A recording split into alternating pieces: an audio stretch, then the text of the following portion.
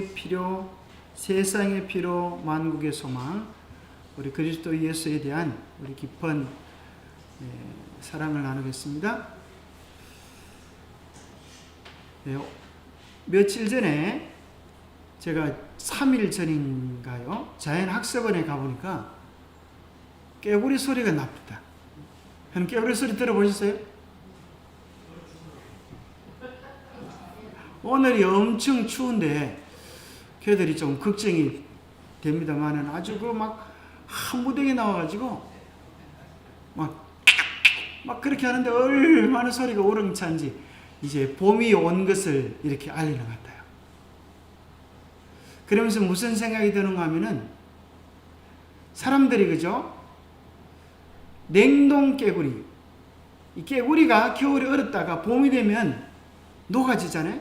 깨구리를 얼었다가 녹아지는 것을 보고 사람들이 무슨 생각을 하는가 하면은 사람도 저렇게 냉동했다가 녹이면 살아날 거 아닌가 그렇게 생각하는 사람들이 있어요.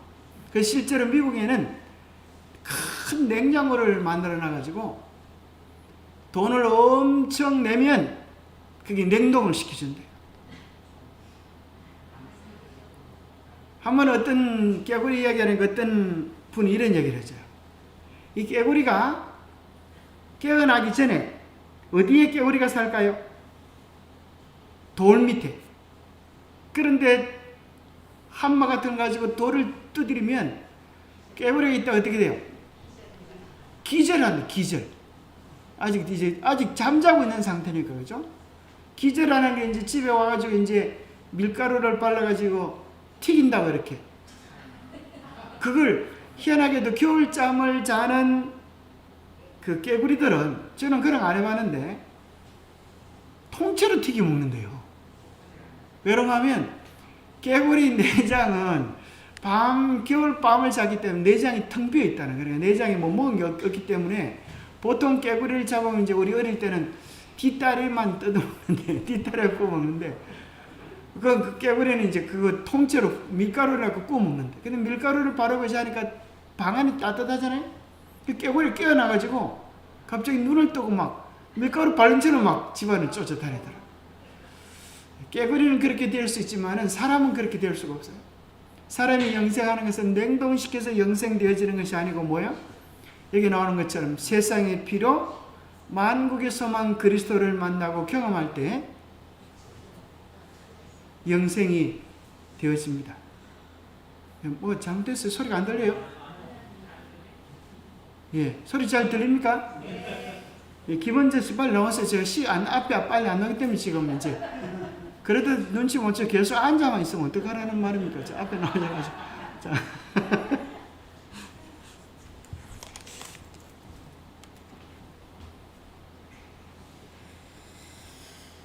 반갑습니다.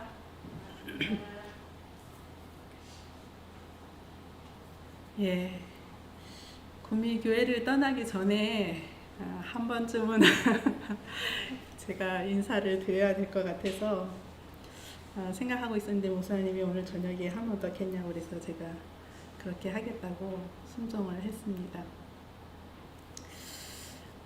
시대소망을 이렇게 읽으면서 이 문구가 너무 좋아가지고 언젠가 기회가 되면 이 문구를 가지고 설교를 한번 해보면 좋겠다 그런 생각을 했어요. 세상의 필요, 만국의 소망이라고 하지만 사실은 나의 필요, 나의 소망이 그리스도이십니다. 날마다 때마다 더욱 절실하게 느껴지는 게 정말 나는 예수가 필요한 사람이다라고 하는 생각입니다. 그분은 지금까지 저의 모든 필요를 채워주셨고 또 지금도 떨리는 제 마음을 가라앉히고 담대하게 이야기할 수 있도록 도와주실 것이고 그분을 소망하기 때문에 살아갈 이유가 있다고 생각을 하게 됩니다. 여기 보면 요한복음 17장 3절 같이 한번 읽어볼까요? 영생은 곧 유일하신 참 하나님과 그의 보내신 자 예수 그리스도를 아는 것입니다. 그렇게 얘기했는데요. 영생은 곧 예수님 아는 게 영생이다. 그런 말씀을 해주시고 계시는 것 같아요. 예수님 얼마나 아십니까?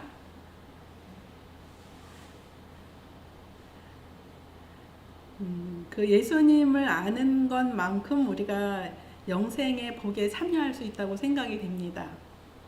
그 영생이라고 하는 것 안에는 기쁨도 있고 만족도 있고 행복도 있고 평안도 있고 그런 것이 영생이라고 하는 것 안에 다 들어있잖아요. 근데 그걸 다 누리고 싶으면, 마음의 만족을 누리고 싶으면, 기쁨을 누리고 싶으면 예수를 알아라, 그렇게 말씀해 주시는 것 같아요. 그죠? 예수님을 알면 우리 마음에 만족도, 기쁨도, 행복도 있다. 그러니까 호세아 6장 3절에 우리가 여호와를 아는데 어떻게 알아야 되냐면 힘써 여호와를 알자. 그의 나타나심은 새벽빛같이 어김없나니 비와 같이 땅을 적시는 늦은 비와 같이 우리에게 임하시리라.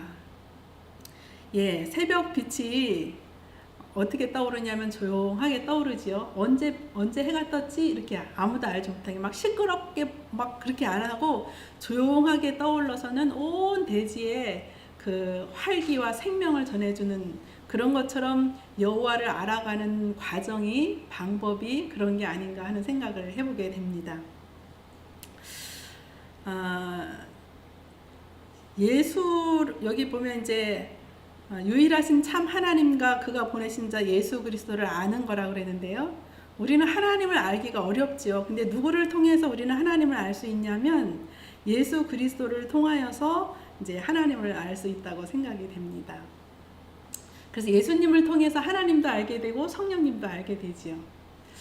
근데 나는 예수님을 얼마나 아는가, 이제 이런 생각을 해보게 됐는데요. 사실 이제 우리가 예수 그리스도는 보이지 않잖아요. 그래서 사실 보이는 것을 통해서 보이지 아니하는 예수님을 알게 되는데요. 제가 우선 오늘 저녁에는 여러분 앞에 정말 그 잘못을 고하고 용서를 받아야 되는 일들을 좀 말씀드리고 싶어요. 얼마 전에 예림이가 왔을 때 이제 목사님이 막 이렇게 설교를 하고 올라왔는데 제가 계속 말씀을 들으면서 그 말씀이 제 마음에 자꾸 이렇게 받아들여지는 게 아니고 이렇게 자꾸 저런 소리를 왜 다 내서 하지? 그렇게 예수님 얘기나 하지 개구리 얘기는 왜 이렇게 그렇게 자꾸 이렇게 부정적인 생각을 하니까 계속 그 부정적인 생각이 꼬리에 꼬리를 물면서 마음을 불편하게 하더라고요.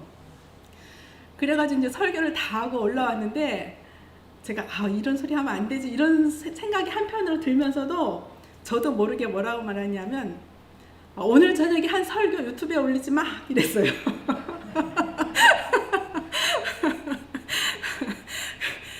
그런데 저는 그게 이제 그런 설교가 다른 사람이 들어도 아무 은혜가 없다고 제 스스로 판단을 하는 거예요. 그래가지고 오늘 저녁 설교 유튜브에 올리지 마 그랬어요. 그랬더니 예림이가 옆에서 앉아서 듣더니 엄마 이러는 거예요. 그래서 왜? 그랬더니 엄마 그렇게 말하면 안 되지 그러는 거예요. 왜? 엄마가 들으니까 오늘 저녁 설교는 다른 사람이 들어서 별로 은혜가 될 것 같지 않은데 그랬더니 엄마 그래도 그렇게 말하면 안 되는 거예요. 그러면서 이제 연설을 하는 거예요, 저한테. 우선 아빠한테 오늘도 말씀 전한다고 수고하셨다고 그렇게 이야기를 하고, 그 다음에 뭐 이런 부분은 참 좋았다 이렇게 이야기를 한 다음에 그런데 이런 거는 좀 이렇게 해주면 어떻겠어요? 그렇게 말하는 거예요. 근데 제가 딱 그 말을 하고 나니까 목사님 안색이 싹 바뀌었어요. 그래가지고 싹 이렇게 아주 찬 기운이 그 예림이하고 나하고 이야기하고 있는데 막 싹 얼굴 돌리고 방으로 들어가더라고요. 그래서 저 사람이 또 삐졌구나 이제 제가 생각했어요. 근데 제가 이제 벌써 이제 목회 나온 지도 한 30년이 됐고 함께 산 지가 그렇게 오랜 시간이 됐잖아요. 제가 남편을 잘 안다고 생각했어요. 근데 이제 가만히 이제 딸하고 앉아서 이야기를 하면서 딸의 얘기를 들어보니까 제가 참 남편을 모르는구나 그런 생각이 들었어요. 저는 제 생각에 제 입장에서 그게 옳고 도움을 주는 거라고 얘기했지만 그것이 상대편에게 전혀 도움이 되지 않을 뿐만 아니라 오히려 큰 상처가 된다고 하는 생각을 하게 되었어요. 제가 그렇게 말해서 목사님이 기분이 나빠서 더 설교를 못하면 사실은 모든 교우님들이 다 손해보는 거 아니에요? 은혜의 강물이 목사님을 통해서 이렇게 교우님 개인에게 다 전달이 돼야 되는데 그 통로를 제가 탁 막아버렸잖아요. 잘한답시고. 그러면 이 많은 자리가 비인 것이 또 우리 성도님들이 그렇게 마음의 상처를 받고 어려움을 당하는 것이 바로 저한테 원인이 있다고 하는 그 깨달음을 얻게 되었어요. 그래서 제가 목사님한테 정말 잘못했습니다. 예, 그리고 여러분한테도 정말 잘못했습니다. 그래서 제가 결심했어요. 다음부터는 이렇게 누군가 앞에서 이렇게 말씀을 할 때 꼭 비단 목사님뿐만 아니더라도 내가 마음으로 앉아서 계속 기도를 해야 되겠다. 그런 생각이 들었어요. 그분이 어떤 말씀을 하시든지 그게 내 마음에 와서 닿든지 안 와닿든지 그게 옳은 말이든지 그른 말이든지를 불문하고 그 앞에 떨리는 심정으로 주님 앞에 선 그 사람을 위해서 내가 계속해서 기도해 주는 것이야말로 내가 정말 해야 할 일이 아닐까 그런 생각을 하면서 다음부터는 목사님이 단에 설 때마다 내가 계속 앉아서 기도를 해야 되겠다 그런 결심을 하게 되었습니다. 그것이 가장 좋은 돕는 배필로서의 자세가 아닌가 그런 생각을 이제야 했으니 벌써 30년이 지났는데 그래서 구미교회 교우님들에게 정말 죄송하고 제가 이제 새로운 임지에 가서는 계속 그렇게 하겠습니다. 목사님이 앞에서 무슨 얘기를 하든지 계속해서 성령께서 임하셔서 그 입술을 통하여서 그 모양을 통하여서 말씀을 통하여서 듣는 분들에게 하늘의 은혜가 이렇게 전달되어지는 그런 통로가 되게 해달라고 계속적으로 기도하자 그런 생각을 하게 되었습니다. 예, 우리가 그래서 여호와를 알 때 이제 그러면서 참 하나님께서 이제 막상 떠난다고 하니까 지난주 이제 수요일인가요? 갑자기 전화를 받게 되었잖아요. 그 최욱은 어르신이 갑자기 전화하셔가지고 이제 침대를 받겠노라고 그렇게 말씀을 하셨어요. 그래서 이제 저희가 거기를 찾아가는데 이제 며칠 남지 않은 저희가 이제 하루 건너 한 번씩 이렇게 가거든요. 그 어르신 댁에. 근데 이렇게 세하려 보니까 한 5번 정도 갈 수 있더라고요. 그래서 이제 하루 건너서 한 번씩 갔는데 이 마지막으로 이 어르신에게 어떻게 예수를 잘 중매할 수 있을까 그런 마음의 고민이 생겼어요. 그래서 이 5번의 만남을 통해서 어떻게 가장 좋은 예수님의 모습을 전할 수 있을까 그런 생각을 하다가 가장 소중한 말씀을 이렇게 코팅을 해야 되겠다 그런 생각이 들었어요. 그래가지고 그 어르신이 뭘 좋아하시냐면은 이런 꽃 기르는 걸 굉장히 좋아하세요. 뭐를 막 이렇게 집에 가면 그 뭐죠? 삽목이라고 하나요? 막 그 철쭉 뭐 이런 걸 막 이렇게 해서 막 아주 그 정성스럽게 그런 식물들을 키우시는 걸 제가 봤어요. 그래서 마침 저희 집에 그 아파라는 게 있더라고요. 꽃을 이렇게 납작하게 눌러가지고 말려놓은 그런 꽃하고 그런 이파리가 있어가지고 그걸 이제 이렇게 코팅을 하면서 이렇게 여기다가 이쁘게 넣어가지고 그렇게 해가지고 이제 코팅을 해서 갖다 드렸어요. 그리고 그 코팅한 것을 가지고 그거를 이렇게 보고 지금은 이제 올해 88이래요. 88세래요. 그래서 이걸 금방 봐도 열로 이렇게 들으면 열로 이렇게 나간대요. 그런데 이런 거 가지고 자꾸 이렇게 보고 읽으시고 그러면 좋겠다 하는 생각이 들더라고요.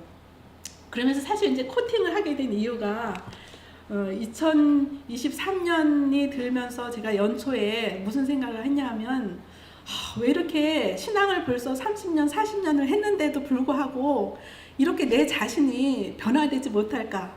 이렇게 실수투성이고 가까이 있는 남편에게도 가마를 끼치지 못할까? 그런 마음에 그 절망이랄까요? 실망 같은 것들이 막 몰려왔어요. 어떻게 해야 되나? 도대체 어떻게 신앙을 해야 정말 사람들에게 기쁨을 주고 하나님의 기쁨이 되는 삶이 될까? 그런 생각을 하면서 다시 말씀으로 돌아가자 하고 하는 그런 결심이 제 마음속에 들었어요. 그래서 올해는 이 말씀을 코팅을 해가지고 몇 달 안에 이것을 다 완전히 암송할 뿐만 아니라 이 말씀 속에 있는 의미들을 계속해서 반복해서 생각을 해야 되겠다. 묵상을 해야 되겠다. 그런 생각이 들더라고요. 그래서 제가 뽑은 성경절이 뭐냐면 이사야서 53장이에요. 왜냐하면 예수님을 알아야 되겠다고 하는 그 생각이 굉장히 강하게 왔거든요. 그래서 예수님에 대해서 예언해 놓은 이사야서 53장, 그 다음에 그 성경의 가장 주제라고 하는 뭐지요? 사랑이라고 하는 사랑장, 고린도전서 13장을 아주 통째로 외워버리자. 그 다음에 예수님께서 이 땅에 오셔서 하늘의 헌장을 선포하신 너무나 아름다운 말씀, 산상보훈의 말씀, 마태복음 5장, 6장, 7장의 말씀을 아주 통째로 완전히 외우자. 그래서 그것을 잘 때도 외우고, 일어나서 외우고, 화장실 가서 외우고, 요리하면서도 외우고, 그래서 제가 이거를 4개를 복사를 했어요. 그래가지고 방 책상에 하나 놓고, 가방에 하나 놓고, 식탁 하나 놓고, 화장실에 하나 놓고. 그래서 이 말씀을 계속 묵상하고 또 묵상하고 암송하고, 그러면 아주 조금 예수님 냄새가 나지 않을까, 예수 그리스도의 향기가 나지 않을까, 그 정신이, 그 사상이 몸에 들어가지 않을까, 그런 생각, 그런 간절한 마음으로 이렇게 코팅을 하면서, 이제 안식일 오후에 예언의 신반 있잖아요. 그 예언의 신반도 예언의 신 끝나고 함께 막 이렇게 그 산책을 하면서 같이 말씀을 외우면 좋겠다, 그 생각이 들어서 제가 또 그 예언의 신반에서 외울 수 있도록 막 코팅을 해가지고 한 장씩 나눠드렸어요. 그랬더니 우리 최혜서 집사님은 내가 그거 다 외웠다고 벌써. 제가 13 기억절을 그 코팅해서 드렸는데 그거 벌써 다 외웠다고 그러시더라고요. 어쨌든 우리가 거룩하게 되는 것을, 그 비결을 말씀해 주셨는데, 말씀과 기도로 너희가 거룩하여진다고 분명하게 말씀을 하셨거든요. 그래서 우리가 무슨 수를 쓰든지 말씀과 기도에 사로잡힌 사람이 되어야 되겠다, 그런 생각이 저에게 강하게 들었고, 그래서 지금 이제 벌써 2월 말이 되어 가는데요. 제가 이사야서 53장을 쭉 암송했습니다. 그러면서 예수 그리스도께서 구약에 어떻게 예언되어 있고 그분이 어떻게 이 땅에 오시게 되었는지, 그런 것들에 대해서 함께 생각해 보게 되었는데요. 예수님을 어떻게 잘 소개할 수 있을까, 그런 생각을 하면서 예수 소개서에 대해서 한번 생각해 보았어요. 누군가 나에게 1분 동안 예수를 말하라고 할 때, 또는 5분 동안 예수에 대해서 나에게 말하라고 할 때, 오늘은 뭐 한 20-30분 제가 이야기하겠지만, 이런 시간을 정해주면서 예수에 대해서 말하라고 할 때 내가 예수에 대해서 뭘부터 시작해서 어떻게 말할 수 있을까, 이 생각을 해보게 되었습니다. 그러면서 이제 예수의 이름, 우리가 흔히 이렇게 맞선을 본다든지 이렇게 하면 그 사람 이름이 뭐야? 성씨가 뭐야? 이렇게 하잖아요. 그 다음에 이름을 묻고, 그 다음에 묻는 게 뭐냐면, 그 사람 뭐 하는 사람이야? 이렇게, 그죠? 그 사람 뭐 하는 사람이야? 이렇게 하고, 그 사람 뭐 부모가 있어? 형제 자매는 뭐 어떻게 돼? 뭐 이런 거 묻잖아요. 그 다음에 그 사람의 학력이나 무슨 재력이나 뭐 성격이나 이런 것들을 묻잖아요. 그래서 이런 것들을 기반으로 해서 예수를 소개하는 틀을 만들면 좋겠다, 이런 생각을 해보게 되었습니다. 자, 그래서 제일 먼저 이제 예수의 이름을 소개하는데요. 예수라고 하는 그 이름, 안 넘어가네요. 예수라고 하는 이름은 마태복음 1장 21절. 우리 서인이가 한번 크게 읽어줄래요?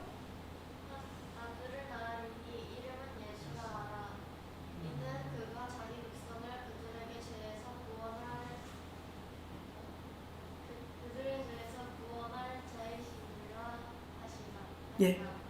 그래서 서인이, 그러면 딱 서인이의 어떤 모습이 떠오르잖아요. 서인이라고 하는 이름을 들을 때, 서진이, 그러면 서진이 어떤 모습이 떠오르듯이, 예수 그러면 우리가 딱 떠올려야 하는 그 생각이 있는데, 그게 무슨 생각이냐면, 예수 하면은 구원자, 이렇게 생각을 해야 된다. 예수는 구원, 예수는 구원자. 그래서 예수는 우리를 구원하시는 분이십니다. 맞습니까? 어디에서 구원해 주시는 분이시지요? 예수님은 우리를 죄에서 구원해 주세요. 또 사망에서 구원해 주세요. 또 우리의 마음의 우울에서 우리를 구원해 주실 수 있겠습니까? 우리의 마음의 슬픔에서 우리를 구원해 주실 수 있겠습니까? 어떤 형편과 처지에서든지 예수를 부르면 그분이 우리의 구원자로 달려오시겠다고 여기 마태복음 1장 21절에 분명히 말씀하고 계시지요. 예수는 뭐다? 구원자다. 싱거우면 뭘 넣어야 되고? 소금을 넣어야 되고, 단 것이 필요하면 설탕을 넣어야 하듯이 구원이 필요할 때는 어떤 상황, 어떠한 처지, 어떠한 시간이라도 예수를 불러야 한다는 거지요. 여기 또 예수라고 하는 이름 앞에 항상 따라 붙는 게 뭐냐면 그리스도 예수, 예수 그리스도 그렇게 말하지요. 그런가요? 이 그리스도라고 하는 말은 메시아라고 하는 말인데 똑같은 말인데 그 이름의 뜻이 뭐냐면 기름 부음 받은 자 그런 뜻이래요. 이 기름 부음은 누구에게 붙냐면 왕에게 또 누구에게? 선지자에게 제사장에게 붙는데요. 그러면 예수라고 하는 분이 구원자인데 어떤 능력을 가지고 구원하시냐면 왕과 같은 능력을 가지고 우리를 구원하신다는 거예요. 왕이 힘이 좀 있습니까? 힘이 있죠. 그죠? 어느 나라든지 왕은 힘이 있어요. 전능하신 하나님이 우리를 전능한 힘으로 구원해 주신다고 하시는 것이고, 선지자는 어디에서 구원하신다는 거죠? 선지자는 알 수 없는 우리의 미래, 암담하고 어둡게만 생각되는 우리의 모든 미래를 밝혀주시는 그런 분이 선지자시잖아요. 선지자로서 우리를 구원해 주시고 또 아무도 해결할 수 없는 죄의 문제에서 우리를 구원하시는 제사장으로서 우리를 구원해 주시겠다고 하시는 귀한 약속이라고 생각이 됩니다. 자, 또 예수님의 이름에는 어떤 이름이 있냐면 어떤 이름이 있어요? 임마누엘이라고 하는 이름이 있는데요. 임마누엘은 무슨 뜻이지요? 예, 하나님이 우리와 함께 계시다라고 하는 이름의 뜻인데요. 이 임마누엘이라고 하는 찬미가 있더라고요. 191장 우리 찬미 한번 불러볼까요? 191장에 임마누엘이라고 하는 찬양이 있는데요. 한번 같이 불러보겠습니다. 임마누엘 임마누엘 그 이름은 임마누엘 하나님 함께 계셔 그 이름은 임마누엘 우리와 함께 하시는 임마누엘 하나님의 이름을 넣어서 우리 191장에 작사 작곡해서 찬양이 있는데요. 이 노래를 한번 같이 불러보도록 하겠습니다.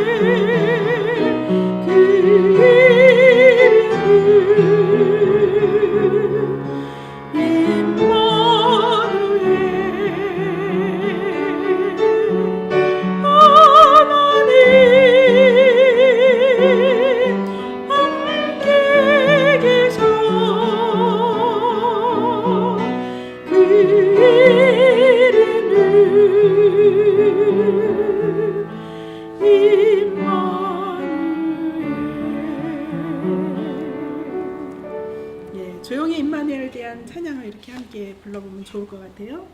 또 어떤 이름이 있을까요? 예, 여호와라고 하는 이름이 있는데요. 여호와라고 하는 이름의 뜻은 뭐지요? 스스로 계시는 자, 스스로 있는 자, 자존자라고 하는 이름의 뜻인데 구약에 나오는 그 여호와는 신약의 누구라고요? 예수님. 그 신약의 예수님이라고 하는 그 성경절이 마태복음 3장 3절이라는 거예요. 그래서 이사야 40장 3절 구약에 외치는 자의 소리여 이르되 너희는 광야에서 여호와의 길을 예비하라 이렇게 말씀했는데 그 말씀을 그대로 마태복음 3장 3절에 인용하면서 여호와의 길을 예비하라를 어떻게 번역했다고요? 주의 길을 준비하라 그렇게 번역했다고요. 그래서 여호와가 예수님이신 것을 우리는 알게 되지요. 그래서 예수의 또 다른 이름은 여호와다. 또 예수님의 이름 중에 뭐 여러 가지가 있겠지만 하나님의 아들이라고 하는 이름이에요. 여기 보면 베드로가 뭐라고 고백하냐면 주는 무엇이요? 그리스도시요 살아계신 누구다? 하나님의 아들이십니다. 이렇게 고백했고 요한복음 1장 49절에서도 나다나엘이 예수님을 향하여 뭐라고 말하지요? 당신은 하나님의 아들이시요 당신은 이스라엘의 임금이로소이다 이렇게 말하지요. 자, 예수님의 많은 이름들 중에 왜 하나님의 아들이라고 하는 의미는 뭘까요? 하나님의 아들이라고 하는 이름의 그 이름은 어떤 기능을 가지고 있을까요? 예를 들어서 우리를 위해서 준비하시는 하나님, 그러면 뭐라고 말하죠? 우리를 위해서 준비하시는 하나님, 그럼 뭐라고 말하죠? 어떤 이름이 있죠? 준비하시는 하나님? 지난기 우리 반 이름이었는데 여호와 이레 그렇게 말하지요. 또 우리에게 평화를 주시는 하나님, 그럼 어떤 이름이죠? 여호와 샬롬. 예. 또 치료하시는 하나님, 그럼 어떤 이름이죠? 여호와 라파. 그죠? 그런 뭐 여호와 샬롬, 여호와 이레, 뭐 여호와 라파 이런 이름인데 하나님의 아들이라고 하는 이 이름은 어떤 의미를 우리에게 주려고 하시는 걸까요? 이제 어떤 분은 그냥 예수님께서 하늘에서 그냥 인간들의 죄를 사해 주시면 되지 왜 굳이 이 땅에 오셨냐 그런 질문을 어떤 분이 하시더라고요. 근데 하나님의 아들이라고 하는 이 이름은 우리를 위해서 우리가 하나님의 자녀가 될 수 있는 길을 보여주시는 이름이라고 생각이 됩니다. 그래서 베드로나 나다나엘이나 예수 그리스도를 향하여서 당신이 하나님의 아들이십니다라고 하는 이름을 이야기했다고 생각을 합니다. 여기 또 예수님의 이름이 이사야서 9장 6절에 나오는데요. 같이 한번 읽어보시겠습니다. 이는 한 아기가 우리에게 낳고 한 아들을 우리에게 주신 바 되었는데 그의 어깨에는 정사를 메었고 그의 이름은 기묘자라 모사라 전능하신 하나님이라 영존하시는 아버지라 평강의 왕이라 할 것임이라 그렇게 얘기했어요. 여기 보니까 엄청나게 많은 예수님의 이름이 나오는데요. 처음에는 뭐라고요? 기묘자, 모사, 전능하신 하나님, 또 영존하시는 아버지, 평강의 왕이다. 이런 아주 많은 이름을 가지고 있는데요.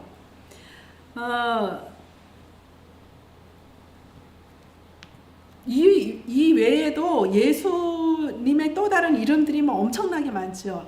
엘샤다이, 엘로힘, 야훼, 또 어떤 게 있지요? 아도나이, 뭐 하여튼 여러 가지 이름들이 있는데 우리가 정말 친숙하게 그리고 정말 기억하기 쉽게 또 자주 부르는 이름은 무슨 이름이에요? 예수. 그지요?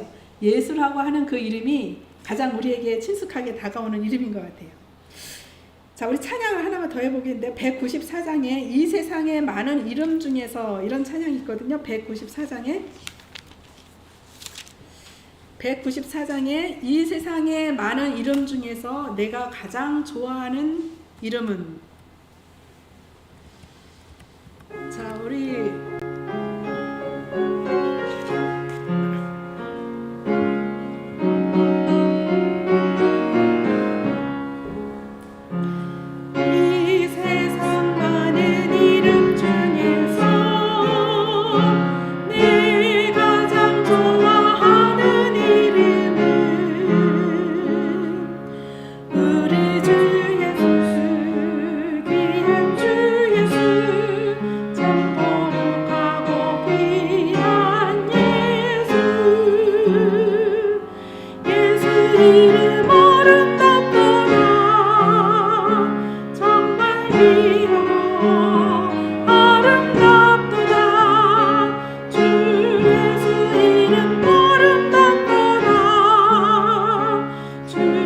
예수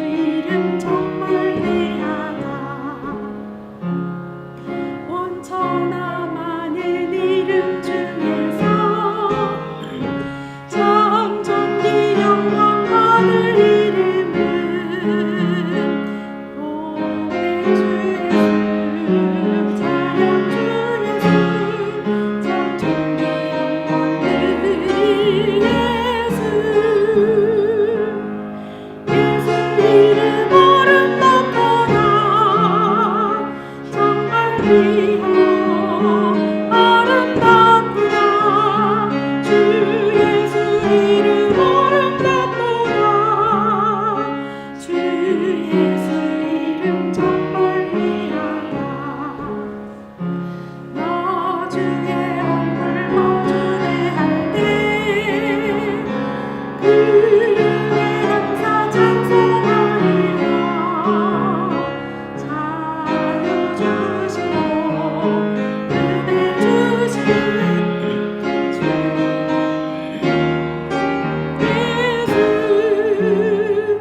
예수 이름 아름답도다. 정말 귀하고 아름답도다. 주 예수 이름 아름답도다. 주 예수 이름 정말 귀하다. 예, 이 찬양을 불러보신 적 있으신가요? 다 아시는 찬양인가요? 잘 모르는 찬양인가요? 예, 그래도 우리 권장님 힘차게 불러주셔서 감사합니다. 자, 이 가사를 가만히 보면 1절 가사를 한번 해보세요. 이 세상에 많은 이름 중에서 내가 가장 좋아하는 이름은, 우리 김복순 집사님은 지금까지 아는 이름 중에 가장 좋아하는 이름 생각나는 사람 있어요? 예수님 말고 사람.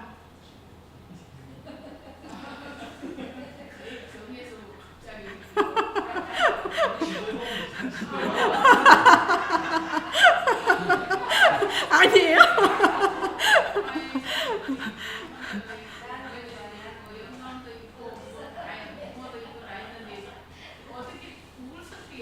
아, 가장 좋아하는 우리 서진이. 이 세상에 많은 이름 중에서 서진이가 가장 좋아하는 이름은?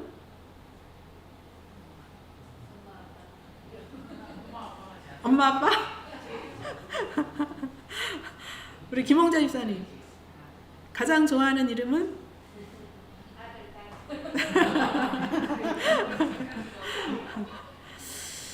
예, 그래서 우리가 이 찬미가를 작사한 사람은 이 세상에 많은 이름 중에서 내가 가장 좋아하는 이름은 우리 주 예수다. 귀한 주 예수, 참 거룩하고 귀한 예수가 내가 세상에서 가장 좋아하는 이름이다, 이렇게 생각하고 이 노래를 작사한 것 같아요. 그렇죠? 근데 그래서 이 찬양을 우리가 이제 예수님께 불러드리잖아요. 근데 만약에 이제 이 찬양을 예수님의 관점에서 이렇게 바라봤을 때, 예수님은 이 세상에 많은 이름 중에 서인이도 있고 서진이도 있고 문혜덕도 있고 김복순도 있고 이런 많은 이름 중에서 어떤 이름을 가장 좋아하실까? 이렇게 한번 예수님의 시각에서 한번 생각해 보세요. 그러면 누구를 가장 좋아하실 것 같아요? 25 집사님. 예? 누구를 가장 좋아하는 이름이라고 생각하세요? 25 이렇게 해야죠.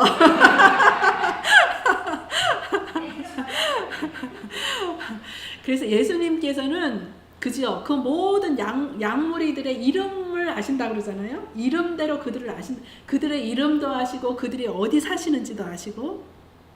그래서 여기다가 이번에는 이 세상 많은 이름 중에서 예수님의 심정으로 불러보시는 거예요. 예수님 심정으로 내 가장 좋아하는 이름은 뭐라고 하면 되겠어요? 그 다음 가사를?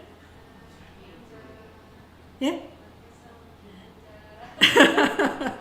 예, 우리 김은자, 귀한 김은자 이렇게 넣고 부르는 거예요. 자기 이름을 넣어서 예수님이 이 세상에서 가장 좋아하는 사람이 나라고 생각하는 거예요. 그래가지고 그렇게 부른 거예요. 그렇게 해서 한번 노래를 불러보겠습니다. 가사를 한번 불러볼까요? 한번 자기 이름 넣어서 한번 가사를 불러보세요.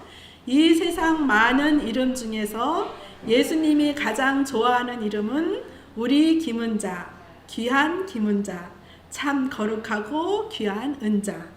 은자 이름 아름답도다. 정말 귀하고 아름답도다. 김은자 이름 아름답도다. 김은자 이름 정말 귀하다. 우리 예수님이 그렇게 생각해 주신대요. 그러니까 정말 행복했어요. 그죠? 예수님이 이 땅을 이렇게 바라보시면서 누구 이름을 가장 기억해 주실까? 우리가 6년 동안 구미교회에 있었는데요. 지금은 이름을 다 외웠어요.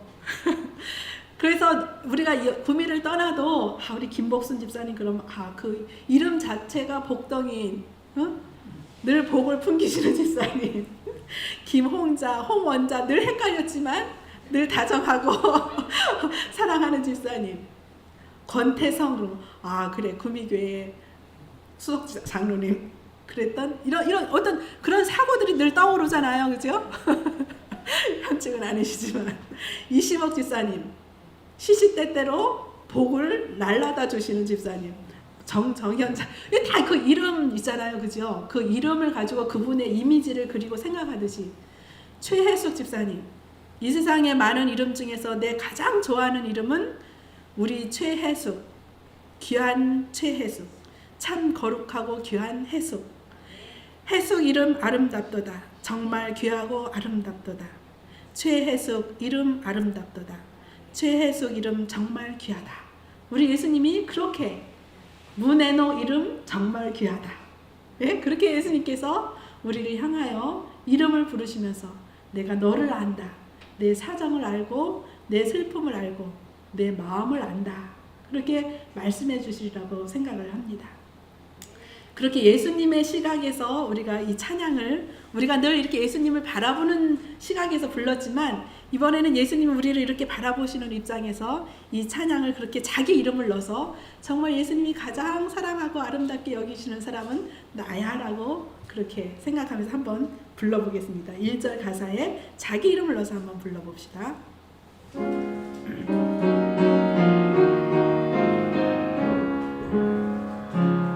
이 세상 많은 이름 중에서 내 가장 좋아하는 이름 하나 둘 셋 넷 우리 김은자 귀한 김은자 참 거룩하고 귀한 은자 은자 이름 아름답도다 정말 귀하고 아름답도다 김은자 이름 아름답도다 김은자 이름 정말 귀하다 아멘. 예, 그래서 우리 주님이 부르실 때 정말 아름답고 귀한 이름으로 우리를 그렇게 살게 하실 예수님께 감사드립니다. 예, 그 다음에 이제 예수님의 이름을 가지고 우리가 이제 한참 얘기를 했는데요. 이번에는 이름 다음에 뭐를 알아야 된다고요? 그 사람 뭐 하는 사람이야? 그죠? 그 중요한 거잖아요. 예수님은 뭐 하는 사람인가? 예수님 뭐 하는 사람이었죠? 예수님의 직업은 뭐였지요? 여기 마가복음 6장 3절에 보니까 이 사람이 마리아의 아들 뭐가 아니냐? 예, 목수가 아니냐 그렇게 얘기했어요. 예수님은 목수라고 하는 직업을 가셨어요. 맞나요? 몇 년 동안이나? 30년 동안 그죠? 30년 동안 나사렛이라고 하는 그 촌동네에서 허름한 작업복을 입으시고 그죠? 대패질도 하시고 못질도 하시고 이렇게 하시면서 목수의 기술을 익히면서 요셉과 함께 목공소에서 일하셨습니다. 누가요? 만왕의 왕이 평강의 왕께서 하신 일이 목수 일이었대요. 우리는 여기서 정말 예수님에 대해서 많이 배우게 되는데요. 예수님이 공생애 하시면서 하시는 일은 무슨 일을 하셨냐면 여기 보니까 누가 한번 읽어볼까요? 우리 권장님 한번 크게 읽어주실래요? 주의 성령이 내게 임하셨으니 이는 가난한 자에게 복음을 전하게 하시려고 내게 기름을 부으시고 나를 보내사 포로된 자에게 자유를 눈먼 자에게 다시 보게 함을 전파하며 눌린 자를 자유롭게 하고 아멘. 감사합니다. 성령이 임하셨을 때에 예수님께서 하신 일은 가난한 자에게 복음을 전하고 또 포로된 자에게 자유를 눈먼 자에게 다시 보게 함을 전파하며 눌린 자를 자유롭게 하고, 이것이 예수님의 공생애 동안 하셨던 사역인데요. 여기 가장 우리의 마음을 기쁘게 하는 한 단어를 찾으라. 그러면 무슨 단어를 찾고 싶으세요? 예수님이 하셨던 많은 공생의 일 중에, 그분이 하셨던 많은 일 중에 우리에게 가장 필요하고 또 가장 경험되기를 원하고 그런 단어가 있다면 어떤 단어를 찾고 싶으세요? 자유. 예? 자유. 저도 자유예요. 죄에 얽매여 있잖아요. 우리의 마음이 사실은 우리가 기뻐해야지 그렇다고 기뻐지는 게 아니잖아요. 슬퍼해야지 그렇다고 슬퍼지는 것도 아니고, 그죠? 그런데 우리를 얽어매는 모든 쇠사슬, 그 죄의 쇠사슬에서 우리를 자유케 해주시는 분이 예수님이시라고 말씀하시지요. 무엇이 너희를 자유케 하리라? 또 다른 성경절에 보면 무엇이 너희를 자유케 하리라 그랬어요? 그렇죠. 진리를 알지니 진리가 너희를 자유케 하리라 그랬지요. 그 진리가 뭐예요? 진리가 예수님이시지요. 내가 곧 길이요 진리요 생명이니, 그렇게 말씀하셨잖아요. 그래서 진리이신 예수님께서 우리에게 자유를 주시기 원하시는데, 지금도 가능할까요? 지금도 우리의 마음을 주께 드리면 주님은 우리에게 자유를 주십니다. 제가 이런 생각을 하면서 그래, 그 최호건 어르신을 만나면서 무슨 생각을 했냐면, 우리는 예수님을 할아버지에게 잘 소개시켜 드리는 중매장입니다, 이런 얘기를 하면서, 이제 우리가 흔히 이렇게 세상을 살아가면서는 세상에 많은 보는 것들이 우리의 생각을 지배하잖아요. 당하는 일들, 만나는 일들, 보는 것들이 우리의 생각을 지배하는데, 우리의 생각을 어디로 자꾸 방향을 틀어야 되냐면, 어디로 틀어야 돼요? 하늘로 자꾸 틀어야 돼요. 그죠? 근데 이 생각이라고 하는 것이 마치 물줄기와 같은 거래요. 마치 전기와 같은 거래요. 그래서 이 물줄기들이 처음에는 별것 아닌 것 같은 아주 작은 실개천 이런 것인데, 점점 그 생각이 커지고 눈덩이처럼 불어나면서 자꾸 근심스럽고 걱정 일들이 막 태산처럼 커지기도 하고, 때로는 행복한 것들이 아주 실타래처럼 그렇게 가늘었지만 그런 것들이 막 커지면서 기대도 되고 설레는 마음도 생기고 막 그렇게 커지는 경험들을 하지 않습니까? 그래서 우리의 생각의 그 물줄기를 자꾸 이렇게 세상으로 가는, 우리의 본능이 자꾸 세상으로 가려고 하잖아요. 그런 생각의 방향들을 자꾸 이렇게 틀어주는 것, 조금만 이렇게 두굴 이렇게 돋아주면 물의 방향이 이렇게 가다가 다른 방향으로 가게 되는 것처럼 생각의 방향을 자꾸 다른 곳으로 틀어주는 일, 그것이 자유케 되어지는 어떤 과정이 아닐까, 그런 생각을 해보게 되었어요. 그러면서 제가 떠오르는 한 노래가 있는데요, 동요예요. 무슨 노래냐면 여러분도 아실걸요? 또랑물이 모여서 무슨 물이 되고? 개울물이 되고, 개울물이 모여서 시냇물이 되고, 시냇물이 모여서 큰 강물이 되고, 큰 강물이 모여서 바닷물이 된다. 그래서 이 생각이 처음에는 아주 또랑물처럼, 그죠? 작고 사소한 것인데 그것이 큰 대해를 만날 때까지 커질 수도 있다는 거예요. 그래서 제가 그렇구나, 우리의 생각을 어디에 집중하느냐에, 어디에 우리의 생각의 방향을 트느냐에 따라서 이렇게 큰 바다 같은 것을 만나게 되는구나. 그것이 사랑의 바다일 수도 있고 그게 근심 걱정의 바다일 수도 있지요. 그래서 우리는 우리의 생각의 방향을 자꾸 하나님께로 트는 중매장의 역할을 다 해야 되겠다는 생각을 해보게 되었습니다. 이 노래 아세요? 또랑물 모여서 개울물, 개울물 모여서 시냇물, 시냇물 모여서 큰 강물, 큰 강물 모여서 바닷물,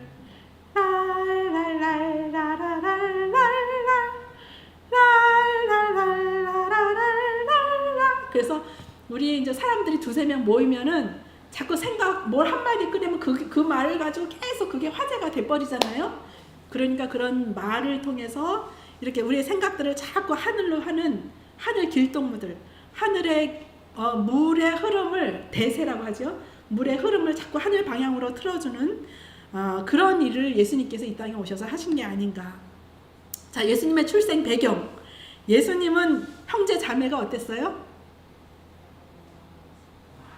많았어요. 모사님 계속 저만 보면 아우 저 집엔 딸이 뭐 7공주나 되고 막 이러면서 계속 놀려요 저보고. 근데 제가 가만히 보니까 예수님도 엄청난 대가족이더라고요. 여기 보니까 예수님도 적어도 7형제 이상이 됐더라고요. 그죠? 여기 보니까 그 형들이 누구누구예요? 야고보, 요셉, 유다, 시몬. 게다가 거기다가 뭐예요? 그 누이들이 그러는 거 보니까 누이가 한 명은 아니었던 것 같아요. 그죠? 그러니까 예수님까지 합하면 엄마 아빠까지 합하면 예수님의 가족도 굉장히 대가족이었어요. 그러니까 이 많은 대가족 속에서 치이고 박히고 이렇게 부딪히는 일들이 얼마나 많았겠어요. 게다가 같은 부모 이복 뭐죠? 그걸 이복 형제라고 그러나요? 예, 그런 것 속에서 오는 또 어떤 그런 갈등들. 그러니까 예수님의 그 유년 자라나는 시절들이 결코 순탄하고 막 외동아들 또는 뭐 몇 대 손 뭐 이런 거 있잖아요. 막 아주 이렇게 막 금이야 오기야 막 이렇게 애지중지 그런 환경이 절대 아니었다는 거지요. 예수님은 얼마든지 좋은 가정을 선택할 수 있지요. 그죠? 얼마든지 좋은 가정을 선택해서 태어날 수 있어요. 얼마든지 인간의 형상을 입으심에도 불구하고 얼마든지 멋들어진 가장 멋있는 사람 누구예요? 네? 서인아, 가장 멋있는 사람 누구야? 무슨 그 뭐 배우 있잖아요. 엄청나게 멋지게 생긴 얼마든지 그런 아주 멋진 그 형상을 입고 오실 수 있잖아요. 그런데 그분의 형상은 어떻다고 그래요? 저 이사야서 53장에 보니까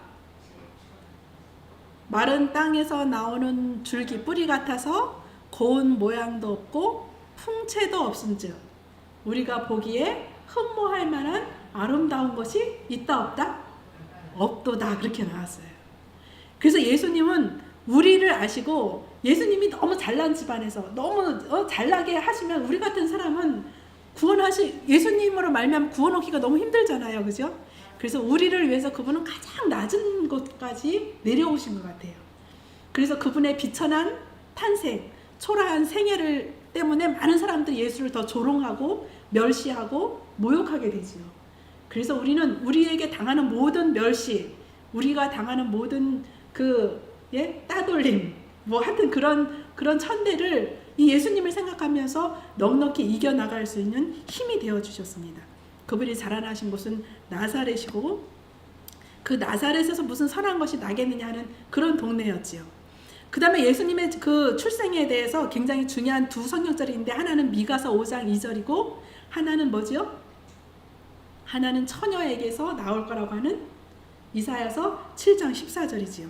여기 예수님은 반드시 어느 동네에서 출생하셔야 되냐 하면 베들레헴에서, 그죠? 베들레헴에서 출생하셔야 됐고 예수님은 어떤 사람에게서 잉태되어야 하냐면 처녀가 잉태해야 돼요. 그래서 성령의 잉태로 말미암아 낳을 것이라는 것이 예언되어 있는 것을, 그래서 그분의 출생 신분, 그분의 학력 많이 보잖아요. 예수님의 학력은 뭐죠? 무화. 근데 예수님이 학교를 안 다녔음에도 불구하고 유대인들이 놀랐어요.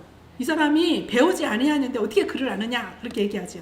그 사람들이 얘기하는 배우지 않았는데라고 하는 얘기는 회당 학교나 랍비 학교를 가지 않았다는 얘기지요. 그러면 예수님은 학교도 안 가고 학원도 안 가고 어떻게 그렇게 많은 사람에게 설교를 하고 가르칠 수 있었는가? 그분의 교사가 누구였대요? 예, 최초의 인간 교사는 어머니였고 그에게는 하나님이 친히 그의 교사가 되어주셨대요. 너무 저는 이것에 대해서 너무 감사해요. 지금은 돈 많아야 좋은 선생 구할 수 있잖아요. 그것이 악기 선생이든지 무슨 학과 선생이든지 돈이 많이 싸들고 가야 좋은 선생들을 만날 수 있잖아요. 근데 예수님이 그렇게 하면서 공부하지 않으셨다는 거예요. 예수님이 어떻게 공부하셨냐면 그냥 어머니에게서 배우시고 자연계에서 배우셨다는 거예요.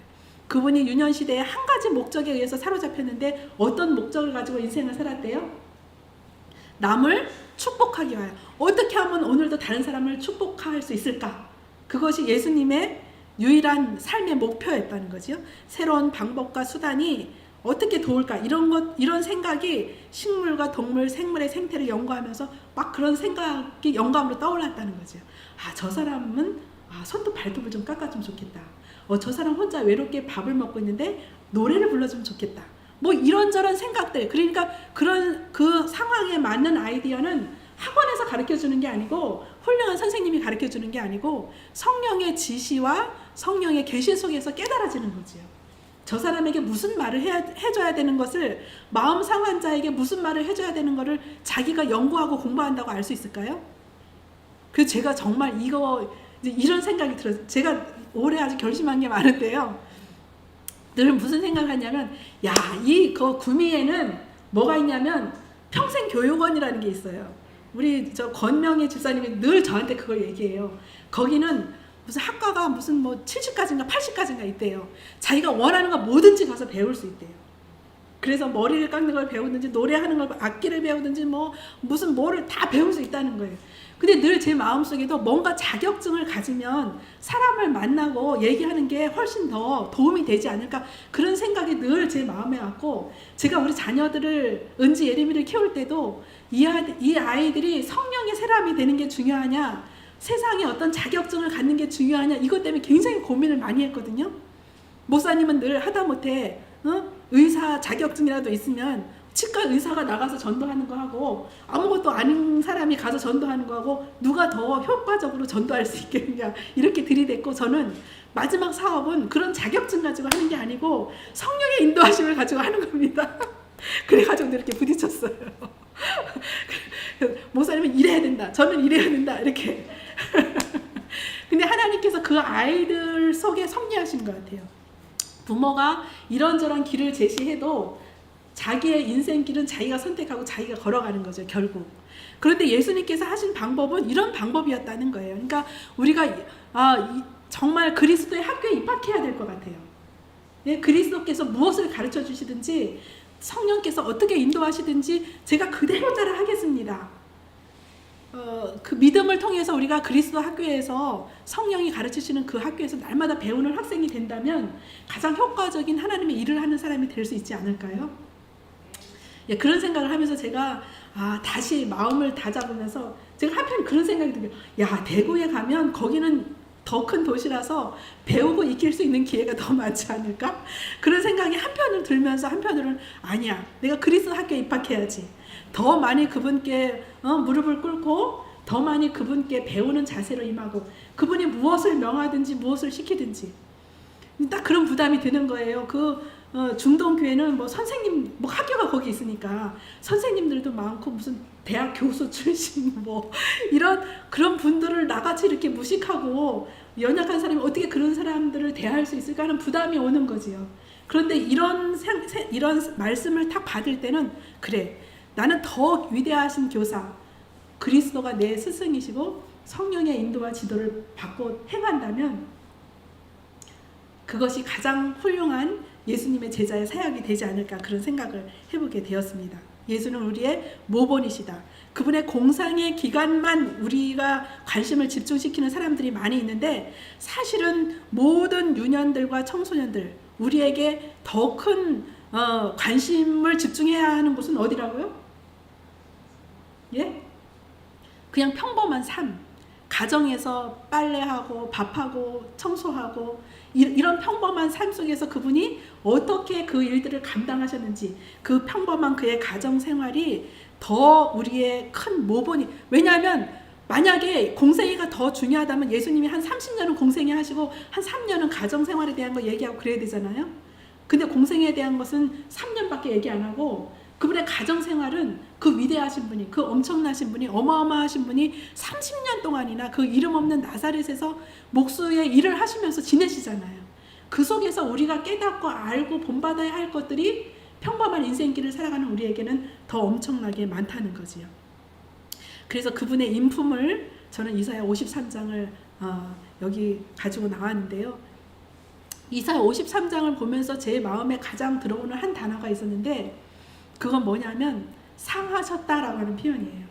뭐가 상했어요? 몸이 상하셨어요. 그리고 또 뭐가 상하셨어요?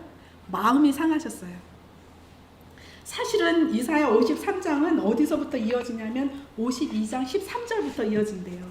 52장 13절에 무슨 말씀이 있냐면 이런 말씀이 있어요. 전에는 그의 모양이 타인보다 상하였고 그의 모습이 사람들보다 상하였으므로 많은 사람이 그에 대하여 놀랐거니와. 그래서 우리는 오늘 마음 상한 일 있으십니까? 또 몸이 상하는 일도 있으셨습니까? 몸이 상하고 마음이 상하고 그런 경험들이 있지만 그 모든 경험을 누가 먼저 당하셨냐면 예수 그리스도께서 당하셨다는 거죠.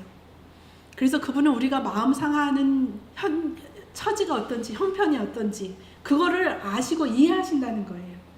여기 보면 주 앞에서 자라나기를 연한순 같고 여기 3절에 보면 그는 뭘 받아서? 멸시를 받아서. 멸시 받는 거 어떻습니까? 멸시 받아 보셨습니까? 멸시 받는 거 어떠세요?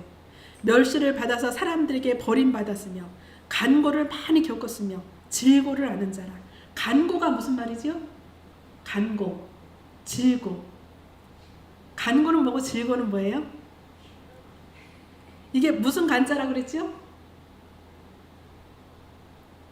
어려울 간자라 그랬지요? 그리고 여기 질은 질병. 그러니까 많은 어려움들, 우리가 당하는 일들이 어렵다고 생각하지만 그거보다 더 많은 어려움들을 예수께서 겪으셨다는 거죠. 우리가 당하는 모든 질병보다 더 큰 질병을 예수님께서 여기 우리가 함께 읽고 싶은 성경절 4절, 5절, 6절 같이 한번 읽어보겠습니다.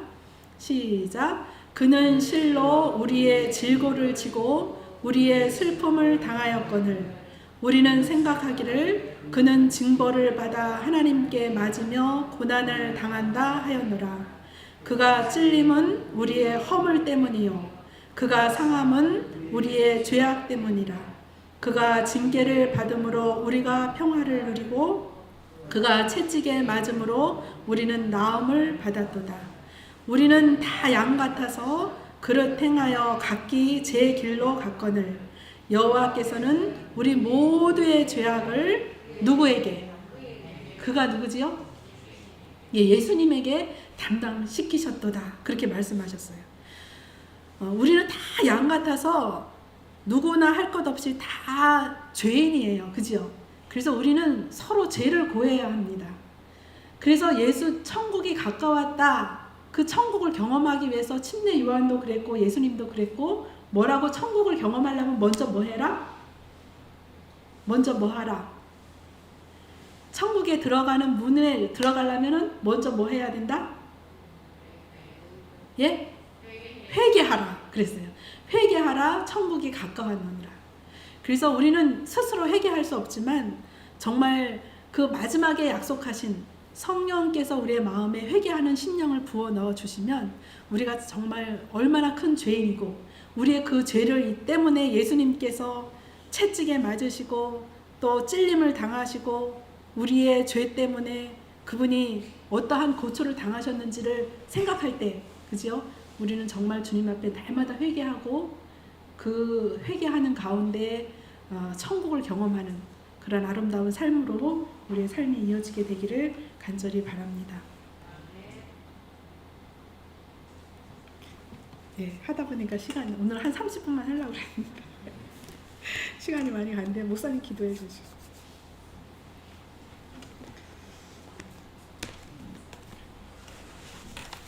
예, 기도하겠습니다. 하나님 아버지, 죄는 우리가 지었지만 형벌은 우리 주님께서 당하셨습니다. 우리가 실수했지만 주님께서 그 모든 저주를 우리를 대신해 받으셨습니다.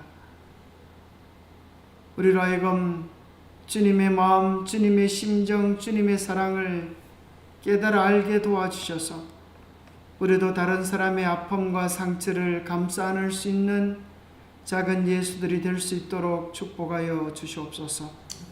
우리에게 힘이 필요할 때에, 치유가 필요할 때에, 실업게 됨이 필요할 때에, 우리에게 구원자가 필요할 때에 언제나 예수님 이름을 부르며 예수님께 달려가게 도와주시옵소서.